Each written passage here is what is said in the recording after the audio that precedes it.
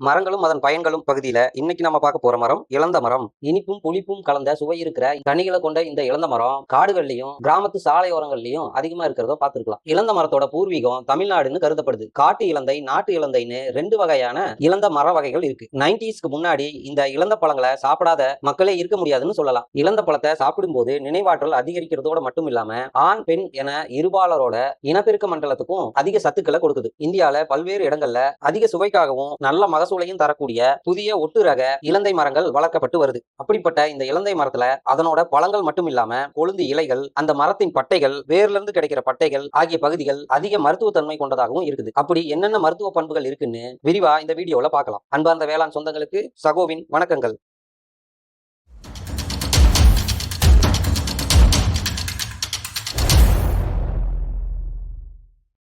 இலந்தை இலைகள். பித்தத்தால் ஏற்படும் பிரச்சனைகளுக்கு இலந்தை இலைகள் ஒரு 100 கிராம் அளவுக்கு இலந்தை இலையை எடுத்து 1/2 லிட்டர் தண்ணீர்ல போட்டு நல்லா கொதிக்க வைக்கணும். கொதிச்சதுக்கு அப்புறம் வடிகட்டி இந்த இலந்தை இலையை நீக்கிட்டு வடிகட்டின நீரை மட்டும் காலையிலையும் மாலையிலையும் சாப்பிட்றதுக்கு முன்னாடி குடிச்சிட்டு வந்தோம்னா பித்தத்தால் ஏற்படுற பிரச்சனைகள் நீங்கி நல்லா பசி ஏற்படும். மூலக்கடுப்பு குணமாக ஒரு 5 கிராம் அளவுக்கு இலந்த மரத்தோட கொழுந்து இலையை பறிச்சு நல்லா அரைச்சி 1/2 லிட்டர் மோர்ல கலந்து அதை 2 பங்காக்கிக்கணும். காலையில ஒரு பங்கும் மாலையில ஒரு பங்கும்னு 2 வேளையும் சாப்பிட்றதுக்கு முன்னாடி குடிச்சிட்டு வந்தோம்னா மூலக்கடுப்பு குணமாகும்.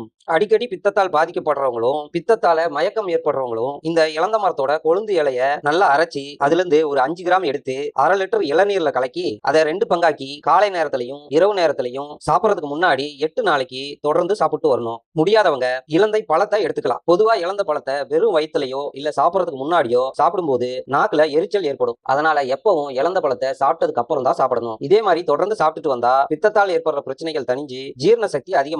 இலந்தை பழம் கிடைக்காதவங்க இலந்தை வத்தலையும் பயன்படுத்தலாம். இலந்த பழத்தை நல்லா வெயில்ல காய வச்சு உலர்த்தி அதை பொடியாக்கியும் சாப்பிடலாம். இலந்தை மர பட்டை. உடம்பு வலி நீங்க இலந்த மர பட்டை. அதிக உடல் உழைப்பால ஏற்படுற உடம்பு வலியை போக்க இலந்த மரத்துல இருந்து கிடைக்கிற பட்டை ஒரு 250 கிராம், இலந்த மரத்தோட இலைகள் ஒரு 250 கிராம் சேர்த்து குளிக்கிற தண்ணீர்ல போட்டு நல்லா கொதிக்க விட்டு காய்ச்சி குளிச்சுட்டு வந்தோம்னா உடம்பு வலி அசதி நீங்கி சுறுசுறுப்பு ஏற்படும். நாட்பட்ட புண்களுக்கு இலந்த மர பட்டை. இலந்த மர பட்டைய நல்லா நிழல்ல உலர்த்தி மாவு மாதிரி இடிச்சு நாள் கணக்குல இருக்கிற புண்கள் மேல போட்டு வந்தோம்னா விரைவில் இந்த புண்கள் சரியாகும். காய்ச்சல் குணமாக 100 கிராம் அளவு இலந்த மர பட்டையை எடுத்து நல்லா இடிச்சு 1 லிட்டர் தண்ணீர்ல போட்டு கொதிக்க வச்சு இறக்கி சூடு ஆறுனதுக்கு அப்புறம் நல்லா வடிகட்டி அதுல இருந்து ஒரு 200 மில்லி கசாயத்தை எடுத்து ஒரு நாளைக்கு 4 வேளையும் குடிச்சிட்டு வந்தோம்னா அடிக்கடி ஏற்படுற காய்ச்சல் குணமாகும்.